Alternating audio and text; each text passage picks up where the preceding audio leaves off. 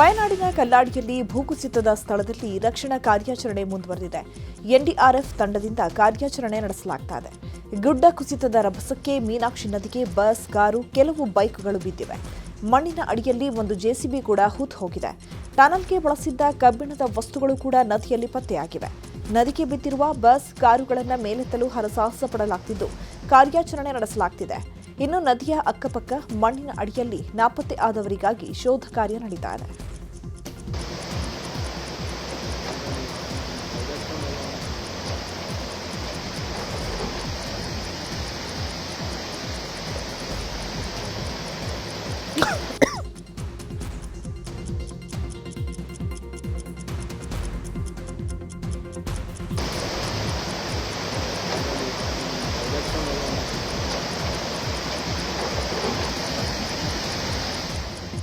ಇನ್ನು ಮೀನಾಕ್ಷಿ ನದಿಯ ಪಕ್ಕದ ಮನೆಗೆ ಮಣ್ಣು ನುಗ್ಗಿದ್ದು, ಈಗ ಜೆಸಿಬಿ ಮೂಲಕ ಮಣ್ಣನ್ನು ತೆರವುಗೊಳಿಸುವ ಕಾರ್ಯ ನಡೆದಿದೆ.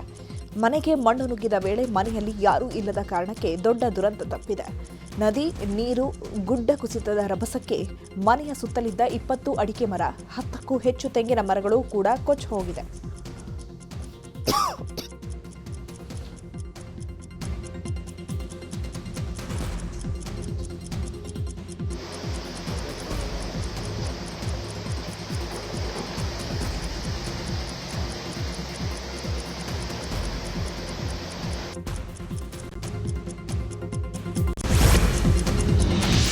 ಮಹಾರಾಷ್ಟ್ರದ ಘಟ್ಟ ಪ್ರದೇಶಗಳಲ್ಲಿ ಭಾರೀ ಮಳೆ ಹಿನ್ನೆಲೆ ಕೃಷ್ಣಾ ನದಿಯ ಒಳಹರಿವು ಕ್ಷಣ ಕ್ಷಣಕ್ಕೂ ಏರಿಕೆ ಆಗ್ತಾ ಇದೆ. ಕೃಷ್ಣಾ ನದಿಗೆ 1,35,000 ಕ್ಯೂಸೆಕ್ ನೀರು ಹರಿದು ಬರ್ತಿದೆ.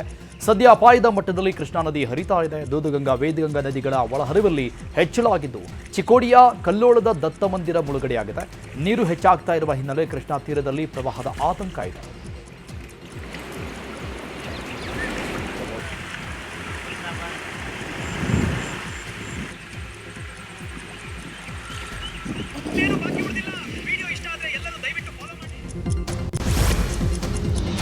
ರಾಜ್ಯದ ಕರಾವಳಿ ಭಾಗದಲ್ಲಿ ಮುಂಗಾರು ಅಬ್ಬರ ಜೋರಾಗಿದೆ. ಕರಾವಳಿ ಮತ್ತು ಮಲೆನಾಡು ಭಾಗದಲ್ಲಿ ಜೋರು ಮಳೆ ಆಗ್ತಾ ಇರುವ ಪರಿಣಾಮ ಹಾವೇರಿ ಜಿಲ್ಲೆಯಲ್ಲಿ ವರದಾ ನದಿಗೆ ಹೆಚ್ಚಿನ ಪ್ರಮಾಣದ ನೀರು ಹರಿದು ಬರ್ತಾ ಇದೆ. 220 ಕಿಲೋಮೀಟರ್ ಉದ್ದದ ವರದಾ ನದಿಯಲ್ಲಿ ನೀರಿನ ಮಟ್ಟ ಏರಿಕೆಯಾಗಿದೆ. ನದಿಗೆ ಒಳಹರಿವು ಹೆಚ್ಚಾದ ಹಿನ್ನೆಲೆ ರೈತರ ಮುಖದಲ್ಲಿ ಮಂದಹಾಸ ಮೂಡಿದೆ. ವರದಾ ನದಿಯ ಹೆಚ್ಚುವರಿ ನೀರು ತುಂಗಭದ್ರಾ ನದಿಗೂ ಹರಿತಾ ಇದೆ. ಮಳೆ ಕೊರತೆಯಿಂದ ಕಂಗಾಲಾಗಿದ್ದಾಗ ಹಾವೇರಿ ರೈತರಿಗೆ ಹೊಸ ಆಶಾಕಿರಣ ಮೂಡಿದೆ.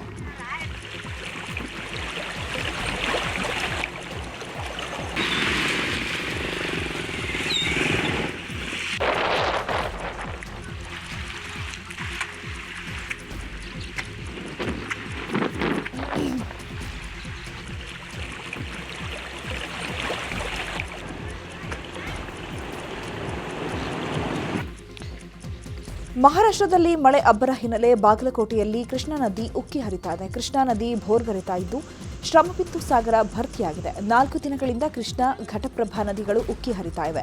ರಾಜಾಪುರ ಬ್ಯಾರೇಜ್ನಿಂದ ಕೃಷ್ಣಾ ನದಿಗೆ 98,000 ಕ್ಯೂಸೆಕ್ ನೀರು ರಿಲೀಸ್ ಮಾಡಲಾಗಿದೆ. ಹಿಪ್ಪರಗಿ ಬ್ಯಾರೇಜ್ನಿಂದ 92,000 ಕ್ಯೂಸೆಕ್ ನೀರನ್ನು ಹೊರಕ್ಕೆ ಬಿಡಲಾಗಿದೆ. ಇನ್ನು ಜಮಖಂಡಿ ತಾಲೂಕಿನ ಕಂಕನವಾಡಿ, ನಡುಗಡ್ಡೆ ಪ್ರದೇಶದಲ್ಲಿ ನದಿ ಭರ್ತಿಯಾದ ಹಿನ್ನೆಲೆ ಬೋಟ್ ಮೂಲಕ ಓಡಾಡಲಾಗುತ್ತಿದೆ.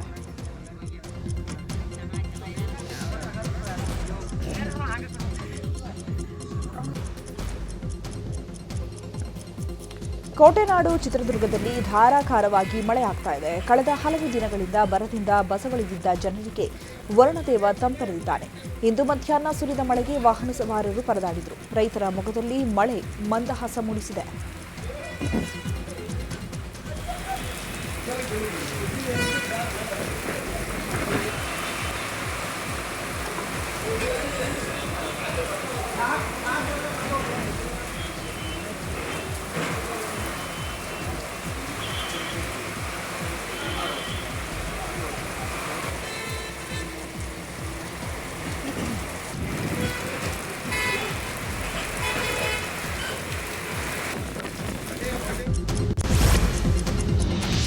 ಪಶ್ಚಿಮ ಘಟ್ಟಗಳ ಸಾಲಲ್ಲಿ ಧಾರಾಕಾರ ಮಳೆಗೆ ಚಿಕ್ಕಮಗಳೂರಿನ ಚಾರ್ಮಾಡಿ ಘಾಟ್ನಲ್ಲಿ ಗುಡ್ಡ ಕುಸಿದಿದೆ.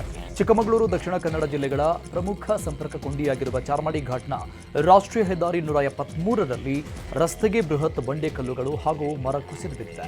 ಮೂಡಿಗೆರೆ ತಾಲೂಕಿನ ಕೊಟ್ಟಿಗೆಹಾರದ ಬಳಿ ಘಟನೆ ನಡೆದಿದೆ. ಮತ್ತಷ್ಟು ಮಳೆಯಾದರೆ ಇನ್ನಷ್ಟು ಗುಡ್ಡ ಕುಸಿಯುವ ಭೀತಿ ಇದೆ. ಸ್ಥಳೀಯ ಆರಿಫ್ ಅವರ ತಂಡದಿಂದ ಮರ ತೆರವು ಕಾರ್ಯಾಚರಣೆ ಆಗ್ತಾ ಇದೆ.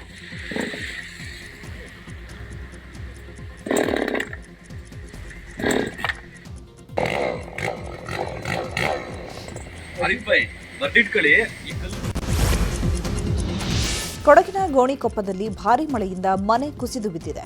ಗೀತಾ ರಾಮು ಅನ್ನೋರ ಮನೆ ನೆಲಸಮ ಆಗಿದೆ. ಮನೆಯಲ್ಲಿ ಯಾರೂ ಇರದ ಕಾರಣದಿಂದ ದೊಡ್ಡ ದುರಂತ ತಪ್ಪಿದೆ.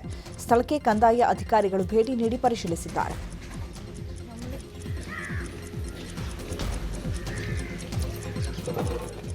ನಮ್ಮ ತಂದೆ ತಾಯಿ ಇಲ್ಲೇ ವಾಸವಾಗಿರೋದು. ನಾವು ಅಲ್ಲ 30 ವರ್ಷ 40 ವರ್ಷ ಹತ್ತತ್ರ ಆಯ್ತದೆ ಇಲ್ಲಿರೋದು. ಮನೆ ಸ್ವಲ್ಪ ಬಗ್ಗಿದ ಮೇಲೇ ಪಂಚಾಯತಿ ಪೌರ ಕಾರ್ಮಿಕರು ಕೆಲಸ ಮಾಡೋದು ನಮ್ಮ ತಂದೆ ತಾಯಿ ಮತ್ತು ಹಸ್ಬೆಂಡ್ ಎಲ್ಲ. ಅಲ್ಲೋಗಿ ಸೇರಿದ್ವಿ. ಸ್ವಲ್ಪ ಬಗ್ಗದ ಮೇಲೆ ಮನೆ ಬಾಗಿಲಿಲ್ಲ ಅಂತ ಇಷ್ಟುವರೆಗೆ ಆಗಿ ಏನೂ ಮಾಡಿಲ್ಲ. ಮನೆಯೂ ಬಿದ್ದೋಗಿದೆ. ನಮಗೊಂದು ಸೌಲಭ್ಯನೂ ಇಲ್ಲ, ಏನೂ ಇಲ್ಲ.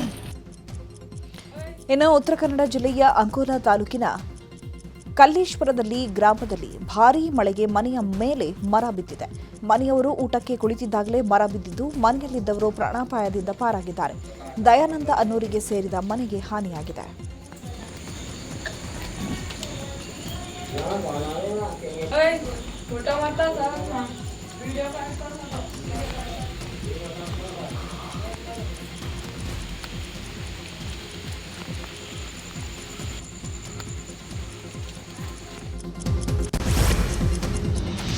ಹಾಸನ ಜಿಲ್ಲೆಯಲ್ಲಿ ಮಳೆ ಅಬ್ಬರ ಜೋರಾಗಿದೆ. ಬಿಟ್ಟು ಬಿಡದೆ ಸುರಿದ ಮಳೆಗೆ ಸಕಲೇಶಪುರ ಪಟ್ಟಣದ ಡಾಲರ್ಸ್ ಕಾಲೋನಿಯಲ್ಲಿ ತಡೆಗೋಡೆ ಕುಸಿದು ಬಿದ್ದು 2 ಮನೆ ಹಾನಿಯಾಗಿದೆ. ಅವೈಜ್ಞಾನಿಕ ಕಾಮಗಾರಿಯಿಂದ ಲೇಔಟ್ನಿಂದ 20 ಅಡಿ ಎತ್ತರದ ತಡೆಗೋಡೆ ಕುಸಿದು ಬಿದ್ದಿದೆ.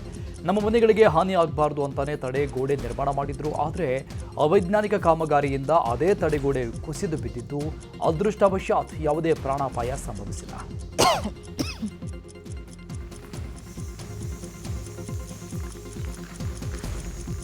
ಕಟ್ಟಾಗಿ ಬಿದ್ದಿರೋದು ಯಾವುದು ಇದೆಲ್ಲ ಬಿದ್ದಿರೋದಣ್ಣ.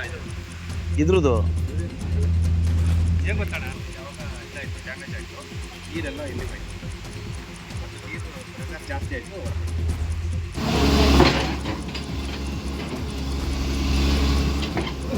ಸಿಕ್ಕಿಲ್ಲ. ಮಳೆ ಇಲ್ಲದೆ ಕೊಪ್ಪಳದ ರೈತರು ಸಂಕಷ್ಟಕ್ಕೆ ಸಿಲುಕಿದ್ದಾರೆ. ಬರದ ಛಾಯೆ ಹಿನ್ನೆಲೆ ಕೊಪ್ಪಳ ತಾಲೂಕಿನ ಮುದ್ದಾಬಳ್ಳಿಯಲ್ಲಿ ಜನ ದೇವರಿಗೆ ವಿಶೇಷ ಪೂಜೆ ಸಲ್ಲಿಸಿ ಭಜನೆ ಮಾಡಿದ್ದಾರೆ. ಗ್ರಾಮದ ಶ್ರೀ ಮುದ್ದಮ್ಮ ದೇವಸ್ಥಾನದಲ್ಲಿರುವ ಈಶ್ವರ ದೇವರಿಗೆ ಭಜನೆ ಮಾಡುತ್ತಾ ಪ್ರದಕ್ಷಿಣೆ ಮಾಡಿದ್ದಾರೆ. 7 ದಿನ ನಿರಂತರ ಭಜನೆಯಿಂದ ಮಳೆ ಆಗುತ್ತೆ ಎಂಬ ನಂಬಿಕೆಯಿಂದ ಗ್ರಾಮಸ್ಥರು ಮಳೆಗಾಗಿ ದೇವರ ಮೊರೆ ಹೋಗಿದ್ದಾರೆ.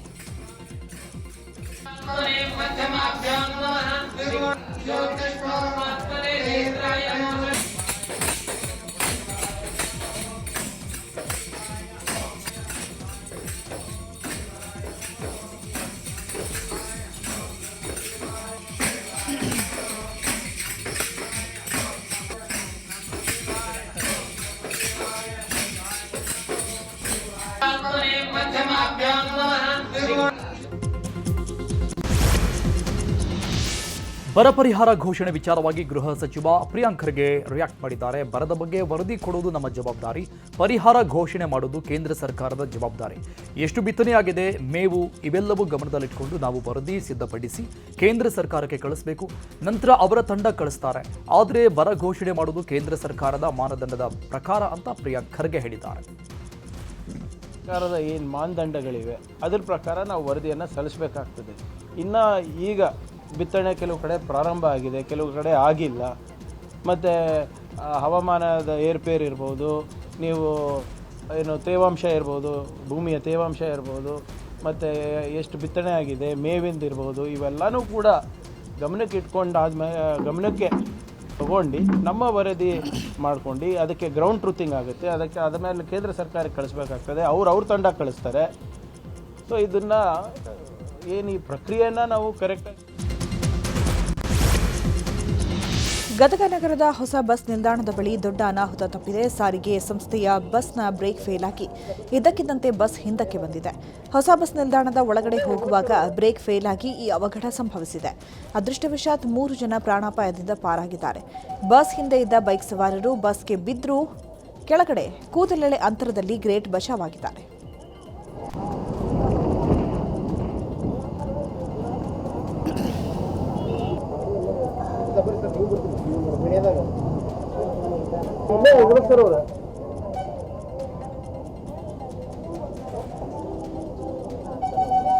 ಬೆಂಗಳೂರಿನ ಓಕ್ಲಿಪುರಂ ಅಂಡರ್ಪಾಸ್ನ ಚರಂಡಿಯಲ್ಲಿ ಕಾರು ಸಿಲುಕಿತ್ತು. ಚರಂಡಿಗೆ ಹಾಕಿದ್ದಂತಹ ಕಬ್ಬಿಣದ ಸರಳು ಕಿತ್ತು ಹೋಗಿ ಈ ಘಟನೆ ನಡೆದಿದೆ. ಕಬ್ಬಿಣದ ಸರಳು ಇದೆ ಅಂತ ಬಂದಿದ್ದ ಕಾರು ಚಲಾಯಿಸಿಕೊಂಡು ಚಾಲಕ ಅಲ್ಲಿಂದ ಬಂದಿದ್ದಾನೆ. ಆದರೆ ಕಬ್ಬಿಣದ ಸರಳು ಇಲ್ಲದೆ ಚರಂಡಿಗೆ ಕಾರಿನ ಚಕ್ರ ಸಿಲುಕಿತ್ತು.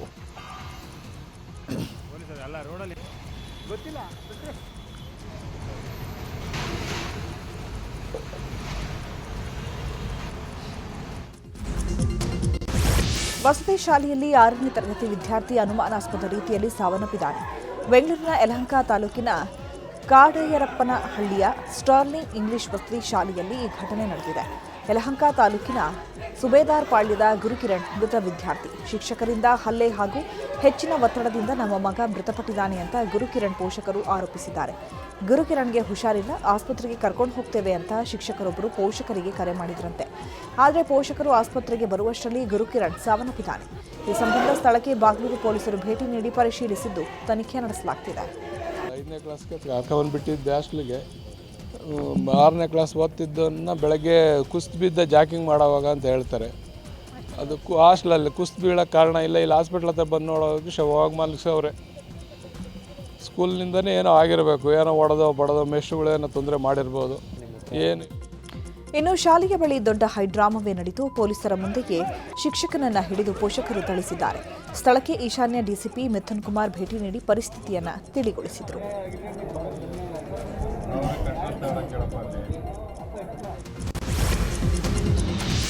ಕ್ಷುಲ್ಲಕ ಕಾರಣಕ್ಕೆ ಕಾಲೇಜು ವಿದ್ಯಾರ್ಥಿಗಳು ಹಿಗ್ಗಾಮುಗ್ಗಾ ಹೊಡೆದಾಡಿಕೊಂಡಿದ್ದಾರೆ. ಬೆಂಗಳೂರಿನ ಫ್ರೆಜರ್ ಟೌನ್ ಬಳಿಯ ಆಸಯ್ಯೆ ರಸ್ತೆಯಲ್ಲಿ ಘಟನೆ ನಡೆದಿದೆ. ಜೂನ್ 16ರಂದು ವಿದ್ಯಾರ್ಥಿಗಳು ಹೊಡೆದಾಡಿಕೊಂಡಿದ್ದು ತಡವಾಗಿ ಬೆಳಕಿಗೆ ಬಂದಿದೆ.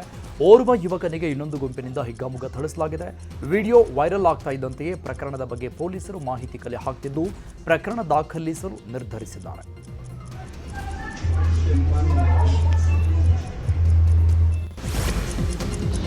ಶಿವಮೊಗ್ಗದಲ್ಲಿ 1 ವರ್ಷದ ಹಿಂದೆ ನಾಪತ್ತೆಯಾಗಿದ್ದ ಅಪ್ರಾಪ್ತ ಬಾಲಕಿಯ ಪ್ರಕರಣಕ್ಕೆ ಈಗ ಟ್ವಿಸ್ಟ್ ಸಿಕ್ಕಿದ್ದು ಶಿಕಾರಿಪುರ ಟೌನ್ ಪೊಲೀಸರು 4ರನ್ನ ಬಂಧಿಸಿದ್ದಾರೆ. ಪಿಜಿ ಮಾಲೀಕರಾದ ಸೌಭಾಗ್ಯ, ಗಂಗಾ ನಾಯ್ಕ್, ರಂಜಿತಾ ಹಾಗೂ ಪ್ರಿಯಾ ನಾಯ್ಕ್ ಬಂಧಿತರು. ತಾಯಿ ಕಳ್ಕೊಂಡು ತಂದೆಯ ಕುಡಿತದಿಂದ ಬೇಸತ್ತಿದ್ದ 8ನೇ ತರಗತಿ ಬಾಲಕಿ ಕೆಲಸ ಹುಡುಕುತ್ತಾ ಶಿಕಾರಿಪುರಕ್ಕೆ ಬಂದಿದ್ರು. ಸೌಭಾಗ್ಯ ಅವರ ಪಿಜಿಯಲ್ಲಿ ನೆಲೆಸಿದ್ದು. ಆದರೆ 2025ರ ಮೇ 18ರಂದು ಗಂಗಾ ನಾಯ್ಕ್, ಸೌಭಾಗ್ಯ ಹಾಗೂ ರಂಜಿತಾ ಗಲಾಟೆ ಮಾಡಿಕೊಂಡಿದ್ರು. ಅದೇ ದಿನ ಬಾಲಕಿ ಪಿಜಿಯ ಬಾತ್ರೂಮ್ನಲ್ಲಿ ಆತ್ಮಹತ್ಯೆ ಮಾಡಿಕೊಂಡಿದ್ಲು. ಘಟನೆಯಿಂದ ಹೆದರಿದ ಆರೋಪಿಗಳು ಪೊಲೀಸರಿಗೆ ತಿಳಿಸದೆ ಶವವನ್ನು ಸೂಟ್ಕೇಸ್ನಲ್ಲಿ ತುಂಬಿ ಉತ್ತರ ಕನ್ನಡದ ಸಿದ್ದಾಪುರ ತಾಲೂಕಿನ ಮಾವಿನಗುಂಡಿ ಬಳಿ ಎಸೆದು ಬಂದಿದ್ರು. ಬಾಲಕಿಯ ತಂದೆ ನೀಡಿದ್ದ ದೂರಿನ ಮೇರೆಗೆ ತನಿಖೆ ನಡೆಸಿದ ಪೊಲೀಸರು ಪ್ರಕರಣವನ್ನು ಭೇದಿಸಿದ್ದಾರೆ. ಆರೋಪಿಗಳು ಶವ ಎಸೆದಿದ್ದ ಸ್ಥಳದಲ್ಲಿ ಸದ್ಯ ತಲೆಬುರುಡೆ ಹಾಗೂ ಮೂಳೆಗಳು ಪತ್ತೆಯಾಗಿದ್ದು ಎಫ್ಎಸ್ಎಲ್ಗೆ ರವಾನಿಸಲಾಗಿದೆ. ಪೊಲೀಸರು ತನಿಖೆ ಮುಂದುವರೆಸಿದ್ದಾರೆ. ಕೆರೆಯಲ್ಲಿ ಸಿಲುಕಿ ಕಾಡಾನೆ ನೆರಳಾಡಿದೆ. ಕೊಡಗು ಜಿಲ್ಲೆಯ ಪೊನ್ನಂಪೇಟೆ ತಾಲೂಕಿನ ತಿತಿಮತಿ ಸಮೀಪದ ಕನ್ನಂಬಾಡಿಯಲ್ಲಿ ಘಟನೆ ನಡೆದಿದೆ. ಕೆರೆಯಿಂದ ಹೊರಬರಲಾಗದೆ ಆನೆ ಪರದಾಡಿದೆ. ಸುಮಾರು 24 ಗಂಟೆಗಳ ಕಾಲ ಆನೆ ಕೆರೆಯಲ್ಲೇ ಸಿಲುಕಿ ಒದ್ದಾಡಿದೆ. ಕಾಡಾನೆ ರಕ್ಷಣೆಗೆ ಅರಣ್ಯ ಇಲಾಖೆ ಇನ್ನೂ ಮುಂದಾಗಿಲ್ಲ ಅಂತ ಗ್ರಾಮಸ್ಥರು ಆಕ್ರೋಶ ವ್ಯಕ್ತಪಡಿಸಿದ್ದಾರೆ. ಕಡೆಗೆ ಆನೆಯೇ ಕೆರೆಯಿಂದ ಮೇಲೆ ಬಂದಿದೆ. ಎಸ್ಐಆರ್ ಪ್ರಕ್ರಿಯೆಯಲ್ಲಿ ಬಿಎಲ್ಒಗಳ ಕಳ್ಳಾಟಕ್ಕೆ ಜಿಬಿಎ ಬ್ರೇಕ್ ಹಾಕಿದೆ. ಬಿಎಲ್ಒಗಳು ಮನೆಗೆ ಹೋಗಿ ಎಸ್ಐಆರ್ ಮಾಡಬೇಕು ಅಂತ ಬಿಎಲ್ಒಗಳಿಗೆ ಜಿಬಿಎ ಖಡಕ್ ಸಂದೇಶ ರವಾನಿಸಿದೆ. ಕೇಂದ್ರ ಚುನಾವಣಾ ಆಯೋಗದಿಂದ ಸೂಚನೆ ಹಿನ್ನೆಲೆ ಜಿಬಿಎಯಿಂದ ಬಿಎಲ್ಒಗಳಿಗೆ ಸಂದೇಶ ನೀಡಲಾಗಿದೆ. ಅರ್ಜಿ ಪಡೆಯಲು ಮತದಾರರು ಇಲ್ಲದಿದ್ದರೆ ಮಹಜರ್ ಮಾಡಬೇಕು, ವಿಡಿಯೋ ಫೋಟೋ ಸಹಿತ ಮಹಜರು ಮಾಡಬೇಕು ಅಂತ ಬಿಎಲ್ಒಗಳಿಗೆ ಜಿಬಿಎ ಸೂಚನೆ ನೀಡಿದೆ. ಈ ಮೂಲಕ ಮಸೀದಿ, ದೇಗುಲ, ಮಂಟಪದಲ್ಲಿ ಎಸ್ಐಆರ್ ಅರ್ಜಿ ಹಂಚಿಕೆಗೆ ಚುನಾವಣಾ ಆಯೋಗ ಬ್ರೇಕ್ ಹಾಕಿದೆ. ಮತದಾರರ ಹೆಸರು ಡಿಲೀಟ್ ಮಾಡೋಕ್ಕೂ ಮುಂಚೆ ಕಡ್ಡಾಯವಾಗಿ ರಾಜಕೀಯ ಪಕ್ಷಗಳ ಗಮನಕ್ಕೆ ತರಬೇಕು ಅಂತ ಬಿಎಲ್ಒಗಳಿಗೆ ಸೂಚನೆ ನೀಡಲಾಗಿದೆ. ಮೊದಲು ರಾಜಕೀಯ ಪಕ್ಷಗಳ ಗಮನಕ್ಕೆ ತಂದು ಗೊಂದಲ ಸರಿಪಡಿಸಿಕೊಳ್ಳಬೇಕು ಅಂತ ಕೇಂದ್ರ ಚುನಾವಣಾ ಆಯೋಗ ಆದೇಶಿಸಿದೆ. ಇನ್ನು ಮನೆ ಮನೆಗೆ ಭೇಟಿ ನೀಡದೆ ಗುಂಪುಗುಂಪಾಗಿ ಬಿಎಲ್ಒಗಳಿಂದ ಎಸ್ಐಆರ್ ಅರ್ಜಿ ವಿತರಣೆ ದೂರು ಕುರಿತು ಮುಖ್ಯ ಚುನಾವಣಾಧಿಕಾರಿ ಅನ್ಬು ಕುಮಾರ್ ಪ್ರತಿಕ್ರಿಯಿಸಿದ್ದಾರೆ. ನಿಯಮ ಉಲ್ಲಂಘಿಸಿ ಎಸ್ಐಆರ್ ಅರ್ಜಿ ವಿತರಣೆ ಮಾಡಿದ 35 ಬಿಎಲ್ಒಗಳಿಗೆ ಕಾರಣ ಕೇಳಿ ಶೋಕಾಸ್ ನೋಟಿಸ್ ನೀಡಲಾಗಿದೆ. ಉತ್ತರ ಬಂದ ನಂತರ ಕ್ರಮ ಕೈಗೊಳ್ಳುತ್ತೇವೆ ಅಂತ ಹೇಳಿದ್ದಾರೆ. ರಾಜ್ಯದಲ್ಲಿ ಎಸ್ಐಆರ್ ಪ್ರಕ್ರಿಯೆ ಬಗ್ಗೆ ನಮಗೆ ಅನುಮಾನ ಇದೆ ಅಂತ ಬಿಜೆಪಿ ಎಂಎಲ್ಸಿ ಸಿಟಿ ರವಿ ಹೇಳಿದ್ದಾರೆ. ಬಾಗಲಕೋಟೆಯಲ್ಲಿ ಮಾತಾಡಿದ ಸಿಟಿ ರವಿ, ಮನೆ ಮನೆಗೆ ತೆರಳಿ ಎಸ್ಐಆರ್ ಫಾರ್ಮ್ ಹಂಚಿಕೆ ಮಾಡುವುದು ನಿಯಮ, ಆದರೆ ಮಸೀದಿಗಳಲ್ಲಿ ಮಾಡುವುದು ನಮಗೆ ಅನುಮಾನ ಇದೆ. ನಕಲಿ ಮತದಾರರಿಗೆ ಫಾರ್ಮ್ ಕೊಟ್ಟು ಅಸಲಿ ಮತದಾರರಿಗೆ ಫಾರ್ಮ್ ಸಿಗದೇ ಇದ್ರೆ ಎಸ್ಐಆರ್ನ ಉದ್ದೇಶ ವಿಫಲವಾಗುತ್ತೆ. ಕಾಂಗ್ರೆಸ್ ಸರ್ಕಾರ ಮೊದಲು ಎಸ್ಐಆರ್ ವಿರೋಧಿಸಿ ಅಕ್ರಮವನ್ನ ಸಕ್ರಮ ಮಾಡಲು ಎಸ್ಐಆರ್ ಬಳಕೆ ಮಾಡಿಕೊಡ್ತಾ ಇದೆ ಅಂತ ಆರೋಪಿಸಿದ್ದಾರೆ. ಇನ್ನು ಇದೇ ವಿಚಾರವಾಗಿ ಬಿಜೆಪಿ ರಾಜ್ಯಾಧ್ಯಕ್ಷ ಬಿವೈ ವಿಜೇಂದ್ರ ಪ್ರತಿಕ್ರಿಯಿಸಿದ್ದಾರೆ. ಎಸ್ಐಆರ್ ವಿಚಾರವಾಗಿ ಬಿಜೆಪಿ ಜೆಡಿಎಸ್ ಕೇಂದ್ರ ಚುನಾವಣಾ ಆಯೋಗಕ್ಕೆ ದೂರು ನೀಡಿರುವ ವಿಚಾರವಾಗಿ ಬೆಂಗಳೂರಿನಲ್ಲಿ ಗೃಹ ಸಚಿವ ಪ್ರಿಯಾಂಕ್ ಖರ್ಗೆ ಪ್ರತಿಕ್ರಿಯಿಸಿದ್ದಾರೆ. ಬಿಜೆಪಿ ಜೆಡಿಎಸ್ ಹೇಳಿದ ತಕ್ಷಣ ಚುನಾವಣಾ ಆಯೋಗ ಹೇಗೆ ಸ್ಪಂದಿಸುತ್ತೆ? ಚುನಾವಣಾ ಆಯೋಗ ಕೇಂದ್ರ ಸರ್ಕಾರದ ಕೈಗೊಂಬೆಯಾಗಿದೆ. ಪಶ್ಚಿಮ ಬಂಗಾಳದಲ್ಲಿ ಕೂಡ ಎಸ್ಐಆರ್ ಪ್ರಕ್ರಿಯೆ ಆರಂಭವಾದಾಗ ಪ್ರತಿಭಟನೆ ಮಾಡಿದ್ದು ಬಿಜೆಪಿನೇ. ಅಕ್ರಮ ಮಾಡ್ತಿದ್ದಾರೆ ಅಂತ ಮಮತಾ ಬ್ಯಾನರ್ಜಿ ವಿರುದ್ಧ ಆರೋಪಿಸಿದ್ರು. ಮತದಾರರ ಹಕ್ಕನ್ನು ರಕ್ಷಣೆ ಮಾಡಬೇಕು ಅಂತ ಚುನಾವಣಾ ಆಯೋಗಕ್ಕೆ ಪ್ರಾಮಾಣಿಕವಾಗಿ ಕೇಳಿದ್ದೇವೆ ಅಂತ ಪ್ರಿಯಾಂಕ್ ಖರ್ಗೆ ಹೇಳಿದ್ದಾರೆ. ಸಂಪುಟ ವಿಸ್ತರಣೆ ಆದರೆ ಸರ್ಕಾರದ ಬುಡ ಅಲ್ಲಾಡುತ್ತೆ ಎಂಬ ಬಿಜೆಪಿ ರಾಜ್ಯಾಧ್ಯಕ್ಷ ವಿಜೇಂದ್ರ ಹೇಳಿಕೆಗೆ ಸಚಿವ ಸತೀಶ್ ಜಾರಕಿಹೊಳಿ ಪ್ರತಿಕ್ರಿಯಿಸಿದ್ದಾರೆ. ಸ್ವಲ್ಪ ಮಟ್ಟಿಗೆ ಅಲುಗಾಡುತ್ತದೆ, ಆದರೆ ಏನೂ ಆಗಲ್ಲ, 2-3 ದಿನಗಳು ಅಲ್ಲಾಡಬಹುದಷ್ಟೇ, ಆಮೇಲೆ ಎಲ್ಲ ಸರಿಯಾಗುತ್ತೆ. ಸಂಪುಟ ವಿಸ್ತರಣೆ ಆದರೆ 3ನೇ ಸಿಎಂ ಅನ್ನೋ ರೀತಿ ಏನೂ ಆಗಲ್ಲ. ಡಿಕೆ ಶಿವಕುಮಾರ್ ಅವರೇ ಸಿಎಂ ಆಗಿರ್ತಾರೆ, ಅವರೇ ಗಟ್ಟಿಯಾಗಿದ್ದಾರೆ. ಹೊಸ ಶಾಸಕರಿಗೆ ಅವಕಾಶದ ಬಗ್ಗೆ ಸಿಎಂ ಹಾಗೂ ಸಿದ್ದರಾಮಯ್ಯ ಹೈಕಮಾಂಡ್ ತೀರ್ಮಾನ ಮಾಡ್ತಾರೆ ಅಂತ ಹೇಳಿದ್ದಾರೆ. ಇನ್ನು ದಿವಂಗತ ಡಿ ಸುಧಾಕರ್ರಿಂದ ತೆರವಾದ ಹಿರಿಯೂರು ವಿಧಾನಸಭಾ ಕ್ಷೇತ್ರದ ಉಪಚುನಾವಣೆಗೆ ಟಿಕೆಟ್ ಲಾಬಿ ಜೋರಾಗಿದೆ. ಸುಧಾಕರ್ ಪುತ್ರ ಸುಹಾಸ್ ನೇತೃತ್ವದ ನಿಯೋಗ ಇವತ್ತು ಸಚಿವ ಸತೀಶ್ ಜಾರಕಿಹೊಳಿ ಅವರನ್ನ ಭೇಟಿ ಮಾಡಿದೆ. ಸುಧಾಕರ್ ಕುಟುಂಬಕ್ಕೆ ಟಿಕೆಟ್ ಕೊಡಬೇಕು ಅಂತ ಹಿರಿಯೂರು ಕಾಂಗ್ರೆಸ್ ಮುಖಂಡರು ಒತ್ತಾಯಿಸಿದ್ದಾರೆ. ಆರ್ಎಸ್ಎಸ್ ನೋಂದಣಿಯ ತೀವ್ರ ಚರ್ಚೆ ಹಿನ್ನೆಲೆ ಬೆಳಗಾವಿಯಲ್ಲಿ ಆರ್ಎಸ್ಎಸ್ ರಾಷ್ಟ್ರೀಯ ಪ್ರಚಾರಕರ ಬೈಠಕ್ ಆಯೋಜಿಸಲಾಗಿದೆ. ಆರ್ಎಸ್ಎಸ್ ಸಂಘ ಚಾಲಕ ಮೋಹನ್ ಭಾಗವತ್ ನೇತೃತ್ವದಲ್ಲಿ 3 ದಿನಗಳ ಕಾಲ ಸಂಘದ ಪ್ರಮುಖ ಪ್ರಚಾರಕರ ಸಭೆ ನಡೆಯಲಿದೆ. ನಾಳೆಯಿಂದ 11ರವರೆಗೆ ಪ್ರಚಾರಕರ ಬೈಠಕ್ ನಡೆಯಲಿದೆ. ಬೆಳಗಾವಿಯಲ್ಲಿನ ಆರ್ಎಸ್ಎಸ್ ಕಾರ್ಯಕ್ರಮದ ಬಗ್ಗೆ ಗೃಹ ಸಚಿವ ಪ್ರಿಯಾಂಕ್ ಖರ್ಗೆ ಪ್ರತಿಕ್ರಿಯಿಸಿದ್ದಾರೆ. ಖಾಸಗಿ ಕಾರ್ಯಕ್ರಮಕ್ಕೆ ನಮ್ಮ ಅನುಮತಿ ಬೇಕಾಗಿಲ್ಲ, ಬೀದಿಗಿಳಿದ್ರೆ ಅನುಮತಿ ಬೇಕಾಗತ್ತೆ. ದೊಡ್ಡ ದೊಡ್ಡ ಮೆರವಣಿಗೆ ಮಾಡಬೇಕಾದ್ರೆ ಅನುಮತಿ ಬೇಕಲ್ವಾ ಅಂತ ಪ್ರಶ್ನಿಸಿದ್ದಾರೆ. ಆರ್ಎಸ್ಎಸ್ ಪಥಸಂಚಲನಕ್ಕೆ ಅನುಮತಿ ಕಡ್ಡಾಯ ಎಂಬ ಗೃಹ ಸಚಿವ ಪ್ರಿಯಾಂಕ್ ಖರ್ಗೆ ಅವರ ಹೇಳಿಕೆಗೆ ಬಿಜೆಪಿ ಎಂಎಲ್ಸಿ ಸಿಟಿ ರವಿ ಕಿಡಿಕಾರಿದ್ದಾರೆ. ಈ ಹಿಂದೆಯೂ ಪಥಸಂಚಲನ ಮಾಡಬೇಕಾದ್ರೆ ಅನುಮತಿ ಪಡೆದಿದ್ದೇವೆ, ಅನುಮತಿ ಪಡೆದಿಲ್ಲ ಅಂತ ಯಾರು ಹೇಳಿದ್ರು? ನಾನು ಅವರಿಗೇನು ಹೇಳೋದು? ಅವರು ದೊಡ್ಡವರ ಮಕ್ಕಳು. ದೇಶಕ್ಕೆ ಹಾನಿ ಮಾಡುವ ಸಂಘಟನೆ ಬಗ್ಗೆ ಒಂಚೂರು ಮಾತನಾಡಿಲ್ಲ. ಕಾಂಗ್ರೆಸ್ನವರ ಪಾಪದ ಕೂಸು ಪಾಕಿಸ್ತಾನ. ಬಿಜೆಪಿ ಆರ್ಎಸ್ಎಸ್ ಟೀಕಿಸದೇ ಇದ್ರೆ ಖರ್ಗೆ ಅವರಿಗೆ ನಿದ್ರೆ ಬರಲ್ಲ, ತಿಂದ ಅನ್ನ ಜೀರ್ಣ ಆಗಲ್ಲ ಅಂತ ಸಿಟಿ ರವಿ ಗುಡುಗಿದ್ದಾರೆ. ರಾಜ್ಯದಲ್ಲಿ 2ನೇ ಅಂತಾರಾಷ್ಟ್ರೀಯ ಏರ್ಪೋರ್ಟ್ ನಿರ್ಮಾಣ ವಿಚಾರ ಸಂಬಂಧಪಟ್ಟಂಗೆ ಸಿಎಂ ನೇತೃತ್ವದಲ್ಲಿ ಮಹತ್ವದ ಸಭೆ ನಡೆದಿದೆ. ವಿಧಾನಸೌಧದಲ್ಲಿ ನಡೆದ ಸಭೆಯಲ್ಲಿ ಸಚಿವ ಎಂಬಿ ಪಾಟೀಲ್ ಏರ್ಪೋರ್ಟ್ ಅಧಿಕಾರಿಗಳು ಭಾಗಿಯಾಗಿದ್ದರು.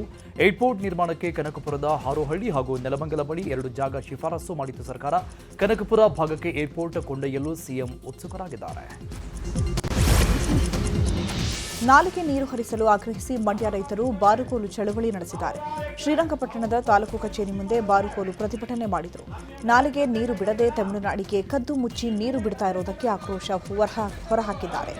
ಸರ್ಕಾರ ಹಾಗೂ ಜಿಲ್ಲೆಯ ಶಾಸಕರ ವಿರುದ್ಧ ಧಿಕ್ಕಾರ ಕೂಗಿ ರೈತರು ಅಸಮಾಧಾನ ವ್ಯಕ್ತಪಡಿಸಿದರು.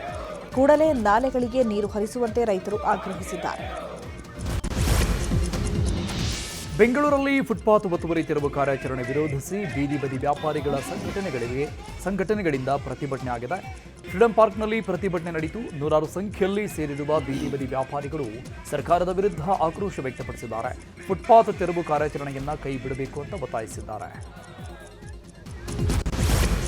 ಕಂದಕಕ್ಕೆ ಕೆಕೆಆರ್ಟಿಸಿ ಬಸ್ ಉರುಳಿ ಬಿದ್ದಿದ್ದು 6 ಜನರಿಗೆ ಗಾಯವಾಗಿದೆ. ಯಾದಗಿರಿ ಜಿಲ್ಲೆಯ ಸುರಪುರ ತಾಲೂಕಿನ ಸಿದ್ದಾಪುರ ಬಳಿ ಅಪಘಾತ ನಡೆದಿದೆ. ಸುರಪುರದಿಂದ ಕೆಂಭಾವಿ ಕಡೆಗೆ ಹೋಗ್ತಾ ಇದ್ದ ಬಸ್ ಸಿದ್ದಾಪುರ ಬಳಿ ಕಂಟ್ರೋಲ್ ತಪ್ಪಿ ಅಪಘಾತಕ್ಕೀಡಾಗಿದೆ. ಬಸ್ನಲ್ಲಿದ್ದ 50ರಿಂದ 60 ಪ್ರಯಾಣಿಕರು ಪ್ರಾಣಾಪಾಯದಿಂದ ಪಾರಾಗಿದ್ದಾರೆ. ಇಬ್ಬರಿಗೆ ಗಂಭೀರ ಗಾಯವಾಗಿದ್ದು ಆಸ್ಪತ್ರೆಗೆ ದಾಖಲಿಸಲಾಗಿದೆ.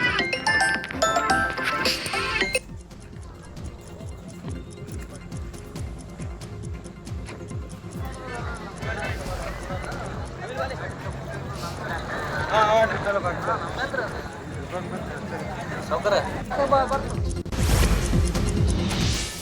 ಮುಂಗಾರು ಹಂಗಾಮಿನ ಕಬ್ಬು ಅರೆಯುವ ಕಾರ್ಯಕ್ಕೆ ಮಂಡ್ಯದ ಮೈ ಶುಗರ್ ಕಾರ್ಖಾನೆಯಲ್ಲಿ ಚಾಲನೆ ಕೊಡಲಾಗಿದೆ. ಪೂಜೆ ಸಲ್ಲಿಸಿ ಬಾಯ್ಲರ್ಗೆ ಬೆಂಕಿ ಹಾಕುವ ಮೂಲಕ ಜಿಲ್ಲಾಧಿಕಾರಿ ಕುಮಾರ್ ಚಾಲನೆ ಕೊಟ್ಟಿದ್ದಾರೆ. ಕಾರ್ಯಕ್ರಮಕ್ಕೆ ಜನಪ್ರತಿನಿಧಿಗಳು ಸೇರಿ ರೈತ ಮುಖಂಡರು ಗೈರಾಗಿದ್ದರು. ಕಾರ್ಖಾನೆಯ ಎಂಡಿ ಮಂಗಲ್ದಾಸ್, ಮೈ ಶುಗರ್ ಅಧ್ಯಕ್ಷ ಸಿಡಿ ಗಂಗಾಧರ್ ಸೇರಿ ಹಲವರು ಭಾಗಿಯಾಗಿದ್ದರು.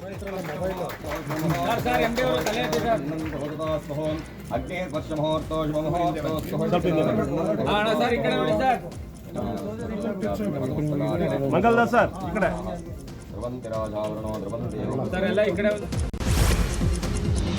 ದೇಶದ ಹಲವೆಡೆ ವಿಧ್ವಂಸಕ ಕೃತ್ಯಕ್ಕೆ ಸಂಚು ರೂಪಿಸಿದ್ದ ಶಂಕೆ ಹಿನ್ನೆಲೆ ಕರ್ನಾಟಕ ಸೇರಿದಂತೆ ದೇಶದಾದ್ಯಂತ ಎನ್ಐಎ ಅಧಿಕಾರಿಗಳು ದಾಳಿ ನಡೆಸಿದ್ದಾರೆ. ಬಳ್ಳಾರಿಯಲ್ಲಿ ಎನ್ಐಎ ದಾಳಿ ನಡೆದಿದೆ. ಬಳ್ಳಾರಿಯ ಕೌಲ್ ಬಜಾರ್ ನಿವಾಸಿ ಅಬ್ದುಲ್ ಸಲಾಂ ಮನೆಯ ಮೇಲೆ ದಾಳಿ ನಡೆದಿದ್ದು ಪರಿಶೀಲಿಸಲಾಗ್ತಾ ಇದೆ. ಉಗ್ರ ಸಂಘಟನೆಗಳ ಜೊತೆಗೆ ಲಿಂಕ್ ಇರುವ ಆರೋಪ ಸಂಬಂಧ ಹೈದರಾಬಾದ್ನಲ್ಲಿ ಅಬ್ದುಲ್ ವಿರುದ್ಧ ಕೇಸ್ ದಾಖಲಾಗಿತ್ತು. ಹಾಗಾಗಿ ಎನ್ಐಎ ಅಧಿಕಾರಿಗಳು ದಾಳಿ ಮಾಡಿ ಶೋಧ ನಡೆಸ್ತಾ ಇದ್ದಾರೆ. ಆನ್ಲೈನ್ನಲ್ಲಿ ಧರ್ಮ ಪ್ರಚೋದನೆ ಹಾಗೂ ಆಂಧ್ರದ ರೆಹಮತುಲ್ಲಾ ಶರೀಫ್ ಜೊತೆ ಸಂಪರ್ಕ ಆರೋಪದಲ್ಲಿ ಮಾರ್ಚ್ 26ರಂದು ಅಬ್ದುಲ್ ಬಂಧನ ಆಗಿತ್ತು. ಇದೇ ಕೇಸ್ನಲ್ಲಿ ಆರೋಪಿ ಅಬ್ದುಲ್ ಪತ್ನಿಯನ್ನು ಕೂಡ ವಿಚಾರಣೆ ಮಾಡಲಾಗ್ತಿದೆ. ಇನ್ನು ವಿಶಾಖಪಟ್ಟಣ, ಚೆನ್ನೈ ಸೇರಿದಂತೆ ಹಲವೆಡೆ ದಾಳಿಯಾಗಿದೆ. ರಾಜ್ಯದಾದ್ಯಂತ ಒಟ್ಟು 10 ಅಧಿಕಾರಿಗಳ ಮೇಲೆ ಲೋಕಾಯುಕ್ತ ದಾಳಿಯಾಗಿದೆ. ಏಕಕಾಲಕ್ಕೆ ರಾಯಚೂರು, ಚಿತ್ರದುರ್ಗ, ಬೆಂಗಳೂರು, ತುಮಕೂರು, ಶಿವಮೊಗ್ಗ, ದಾವಣಗೆರೆ ಹಾಗೂ ಕಲಬುರಗಿಯಲ್ಲಿ ಲೋಕಾಯುಕ್ತ ಅಧಿಕಾರಿಗಳಿಂದ ದಾಳಿ ನಡೆದಿದೆ. ಬೆಂಗಳೂರಲ್ಲಿ ಪಿಡಬ್ಲ್ಯೂಡಿ ಇಲಾಖೆಯ ಇಇ ನರೇಂದ್ರ, ಕೆಆರ್ಐಡಿಎಲ್ನ ಇಂಜಿನಿಯರ್ ಪ್ರವೀಣ್ ಬಿಹರಿ, ಕೃಷಿ ಇಲಾಖೆಯ ಡೆಪ್ಯೂಟಿ ಡೈರೆಕ್ಟರ್ ಪುಷ್ಪಾಗೆ ಸೇರಿದ ಮನೆ ಹಾಗೂ ಕಚೇರಿಗಳ ಮೇಲೆ ದಾಳಿಯಾಗಿದೆ. ಇನ್ನು ರಾಯಚೂರಲ್ಲಿ ಕೃಷ್ಣ ಭಾಗ್ಯ ಜಲ ನಿಗಮದ ಡಬಲಿ ಬಸವನಗೌಡ ಪಾಟೀಲ್, ಚಿತ್ರದುರ್ಗದಲ್ಲಿ ಬಬ್ಬೂರು ತೋಟಗಾರಿಕೆ ಕಾಲೇಜು ಪ್ರೊಫೆಸರ್ ಶಂಕರ್, ಜಲಾನಯನ ಇಲಾಖೆ ಆರ್ಎಫ್ಒ ದುಗ್ಗಪ್ಪ ಮನೆ ಹಾಗೂ ತುಮಕೂರಲ್ಲಿ ಸಣ್ಣ ನೀರಾವರಿ ಇಲಾಖೆಯ ಅಸಿಸ್ಟೆಂಟ್ ಎಂಜಿನಿಯರ್ ಮಧುಸೂದನ್ಗೆ ಸೇರಿದ ಮನೆ ಹಾಗೂ ಕಚೇರಿಗಳ ಮೇಲೆ ದಾಳಿಯಾಗಿದೆ. ಇವರ ಜೊತೆಗೆ ಬೆಂಗಳೂರು ದಕ್ಷಿಣ ತಾಲೂಕಿನ ಕುಂಬಳಗೂಡು ಪಂಚಾಯತ್ನ ಪಿಡಿಒ ತಿಮ್ಮೇಗೌಡ, ಕಲಬುರಗಿಯ ಜಸ್ಕಾಂ ಎಡಬಲಿ ಅಮೃತರಾವ್, ಶಿವಮೊಗ್ಗ ಎಸಿಎಫ್ ಕಿರಣ್ ಅಂಗಡಿಗೂ ಲೋಕಾಯುಕ್ತ ಅಧಿಕಾರಿಗಳು ಶಾಕ್ ಕೊಟ್ಟಿದ್ದಾರೆ.